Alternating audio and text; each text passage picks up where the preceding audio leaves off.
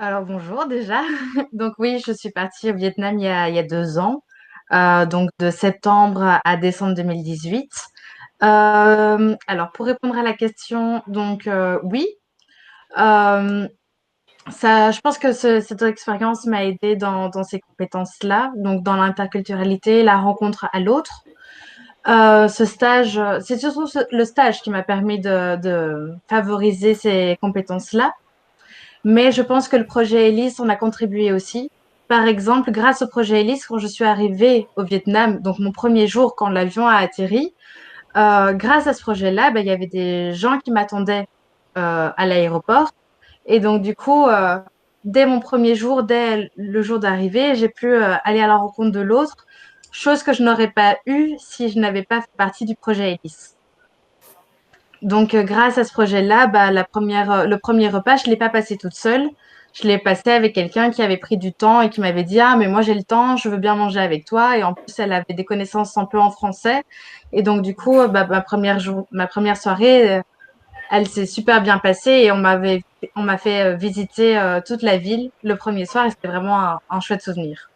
En fait, moi, avant de participer au projet Hélice, quand j'ai su qu'il y avait un site ou quoi, je pensais qu'il y aurait par exemple des tables de discussion qu'on pouvait avoir. Alors pas forcément dans le pays où on allait. Moi, je m'attendais même à avoir par exemple des discussions avec des personnes qui étaient dans d'autres pays que moi.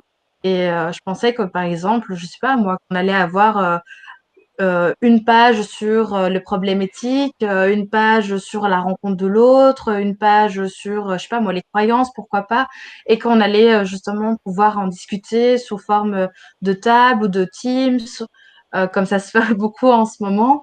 En fait, je pense que c'est aussi des outils euh, qu'on utilisait moins avant bah, le contexte actuel fait qu'on utilise beaucoup plus.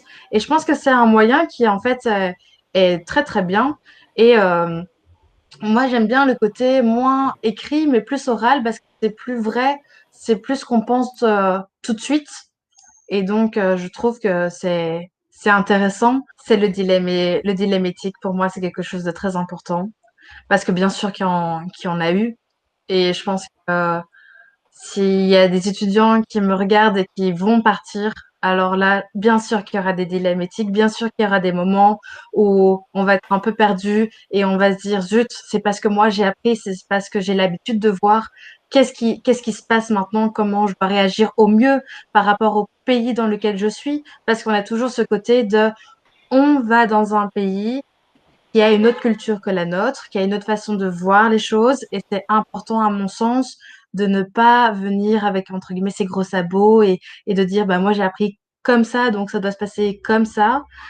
Ça, c'est les dilemmes éthiques. Et ce qui est le plus important, c'est qu'on se rende compte que bah, il y a notre vision des choses qui peut évoluer. Il y a aussi l'ouverture à l'autre. Il y a aussi le moyen d'en discuter et de voir, ben voilà, moi je pense comme ça et toi tu penses comment et comment on peut justement que moi je me sens pas mal dans cette pratique et que toi non plus. Et donc là, on va à la rencontre, on va dans un truc qui est très intéressant, c'est un peu le compromis et l'adaptation.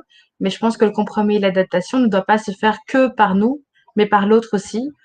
Et donc, du coup, le dilemme éthique, c'est quelque chose qui, je pense, nous suit, et pas que quand on voyage, qui nous suit toute notre expérience professionnelle, même Personnel. intime, personnelle, exactement.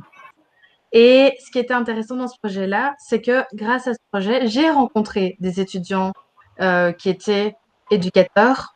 J'ai pu rencontrer des étudiants qui apprenaient le français, donc avec qui j'ai pu discuter, qui m'ont fait rencontrer la ville. Certains sont même devenus des amis avec le temps. Et ça, c'est important. Et je pense que le projet Hélice, ce qui est la plus grande force, c'est l'accompagnement que peut faire ce projet avec les personnes qui partent.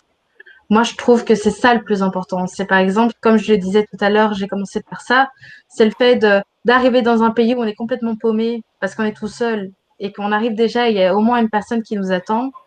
C'est tellement gratifiant et c'est tellement sécurisant en fait de se dire, OK, Mhm. si j'ai un problème, je peux appeler quelqu'un. Et ça, c'est Ok. important et je pense que ouais, c'est la chose sur laquelle je veux Ah, terminer.